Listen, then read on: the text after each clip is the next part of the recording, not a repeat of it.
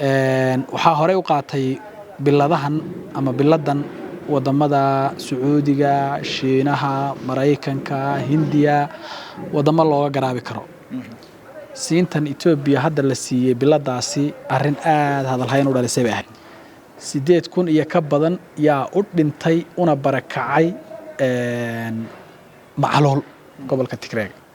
gobolka Tigreeg wuxuu ku jiraa iyo gobollo kale oo wadanka ka mid ah go'doon siyaasadeed mid bini'aadamtinimo mid amni iyo nooc kasta. gobolkii la oran jiray Oromo go'doon iyo isu socod la'aan muddo ilaa iyo hadda 5 bari ah yu ku jiraa. waxaana awoodooda ku istaajiyay isu socodkii gaadiidka ee magaalo ka magaalo iyo qaar ka mid ah xaafadaha Addis Ababa jabhadda Oola la dhahay ee Oromada oo awood u sheegatay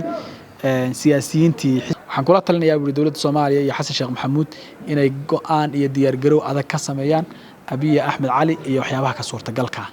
sidoo kale igaad waxaan kula talinayaa inayna u ogolaanin inay Abiy mar labaad ka dhageystaan waxa sababay inuu badda Soomaaliya u soo hanqal taago. sidaa daraadeed waa inaynu u diyaar garownaa dagaal aynu kaga hortagayno dagaalka gacanta ah ee Abiy uu inala maagan yahay.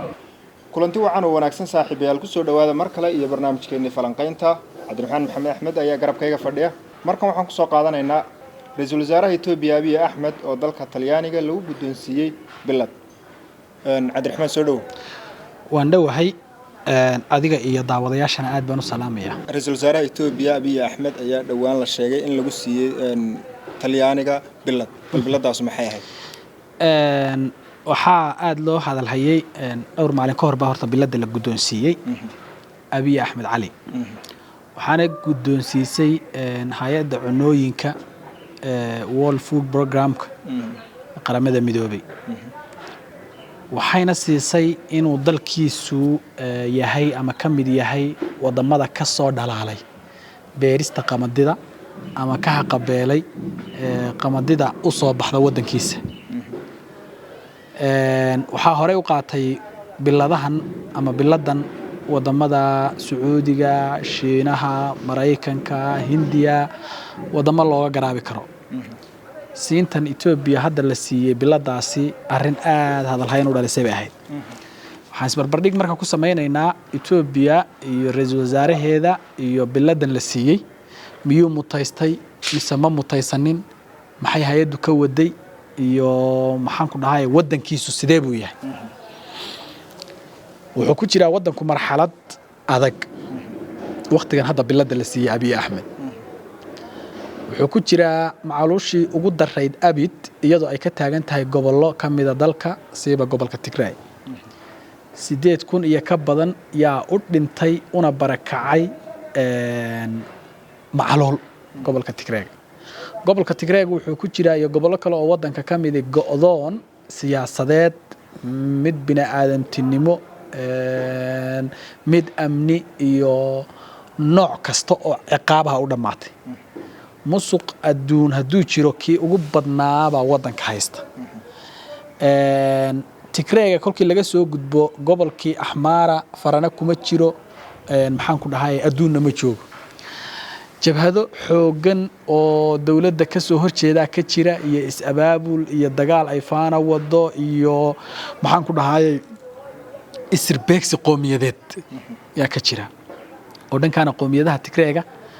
iyo maxaan ku dhahay dhulka ay isku haystaan baa colaad adag ka jirta dhankana qowmiyadda Oromada oo ay Axmaaradu dhulka haysataa la isku haystaa waa la isgaadaa dawladdii iyo Axmaaradiina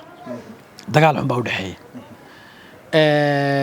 gobolkii la oran jiray Oromo go'doon iyo isu socod la'aan muddo ilaa iyo hadda 5 bari ah yu ku jiraa. waxaana awoodooda ku istaajiyay isu socodkii gaadiidka ee magaalo ka magaalo iyo qaar ka mid ah xaafadaha Addis Ababa jabhadda Oola la dhahay ee Oromada oo awood u sheegatay siyaasiyiintii xisbiga talada haya ee Oromada ka soo jeeday. mar haddii marka wadankiisii uu sidaa yahay, mar haddii wadankiisii uu qaarna macluul qaarna colaad qaarna uunaba xukumin uu gubanayo, bilada la siinayo macnaha ay leedahay annagu waa cilmi naga badan oo ma garan karno. falanqeeyaasha siyaasaduna aad bay ula fajiceen. Abiy Ahmed markii hore waxaa la siiyay laablakac bilada nabadda Nobel Peace Prize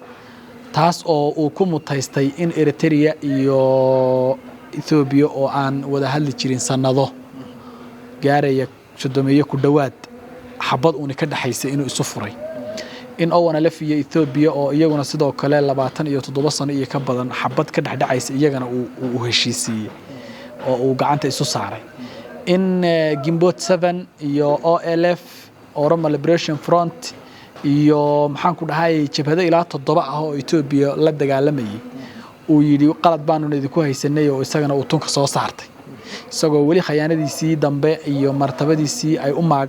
u laaban tahay intaas markuu sameeyay waxa la siiyay biladii nabadda ee adduunka oo dad dhif iyo naadir ah ay helaan haatana dhowr beerood oo ku taal Oromiya iyo Tulu Guuleed iyo kuwa lamida buu isku soo sawiray caalamkii de marka isagoon xaqiiqo raadin sameeynin caalamku inay uu hadda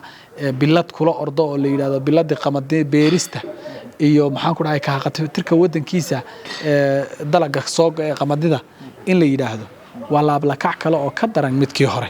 waa arin aad iyo aad looga fajaco bilada la siiyay midaas ay ahayd abiye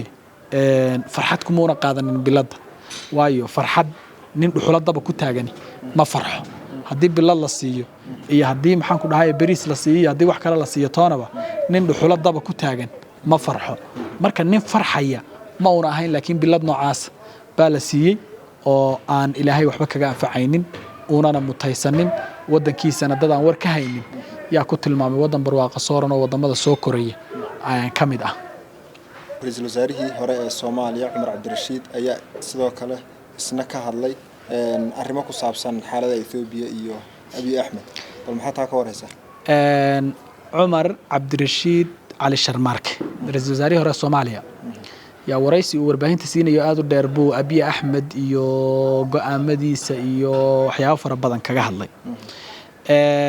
wuxuu yiri ninka la yiraahdo Abiy Ahmed ma aha nin la saadaalin karo ma aha nin la qiyaasi karo ma aha nin go'aanka uu soo wata la waxaysmi karo waxaan kula talinayaa dawladda Soomaaliya iyo Xasan Sheekh Maxamuud inay go'aan iyo diyaar garow adag ka sameeyaan Abiy Ahmed Ali iyo waxyaabaha ka suurtagalka sidoo kale igaad waxaan kula talinayaa inayna u ogolaanin inay Abiy mar labaad ka dhageystaan waxa sababay inuu badda Soomaaliya u soo hanqal taago sida daraadeed waa inaynu u diyaar garownaa buu dagaal aynu kaga hortagayno dagaalka gacanta ah ee Abiy uu inala maagan yahay Abiy ma jirto meel uu ku yiri dagaal gacan ah yaan Soomaaliya ku qaaday intaan aanu arkay oo yaani hadii Soomaaliya diblomaasiyadda ay kaga adkaatay qori afkii baan kaga qaaday meel uu kaga yiri ma arkin laakiin Cumar Cabdirashiid wuxuu ka dhigayaa inuu wax kasta ka suurooba Abiy Ahmed Ali sida daraadeed Abiy Ahmed Ali aan la dhayalsan karin damiciisa waalan ee kolba meel isku taagaya sidoo kale Cumar Cabdirashiid wuxuu la hadlay igaad oo uu ka codsaday ku celceliyo waliba ku adkeeyay inayna fadhiyada u ogolaanin inayna ka dhageysanin sidoo kale ay warcad ka soo saaraan go'aankan Abiy iyo damaaciga waalan ee dhulka Soomaaliyeed ku maagan yahay Cumar Cabdirashiid wuxuu tirtirsiyay madaxda Soomaaliyeed wuxuu tirtirsiyay golaha ama urur goboleedka igaad sidoo kale wuxuu yaani soo bandhigayay damiciisa ama aragtidiisa ku aadan heshiiskii ay dhawaan Muuse Bixi iyo Abiy ku galeen magaalada Addis Ababa kaasoo Soomaalidu ay aad uga gadooday maxaan ku dhahayay ayna cadayn wax midho dhal ah oo hadda ka soo socda waa tahay intaas ayuu noogu eeyahay barnaamijkeeni falanqaynta maanta anigoo ah Deeq Cabdisamed halkaad naga daawanaysaan waa RTV daawadayaal intaan barnaamijkan kiisa xiga soo noqon doono waxaan kaga tageynaa isku soo noqod wanaagsan